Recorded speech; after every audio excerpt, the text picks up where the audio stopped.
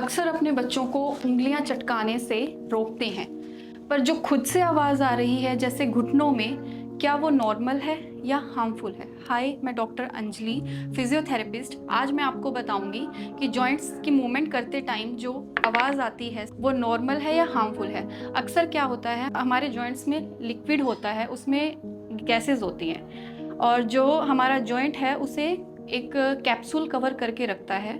वो capsule stretch होता है तो बबल्स फॉर्म होते हैं और वो बबल्स बस्ट होने के बाद ये साउंड आती है। इस साउंड को हम नॉर्मली कैविटेशन बोलते हैं। अगर ये साउंड स्वेलिंग कर रही है या पेन कर रही है तो ये हार्मफुल भी हो सकती है। इसलिए अगर आपको ये प्रॉब्लम है तो आप अपने फिजियोथेरेपिस्ट के पास जा सकते हैं।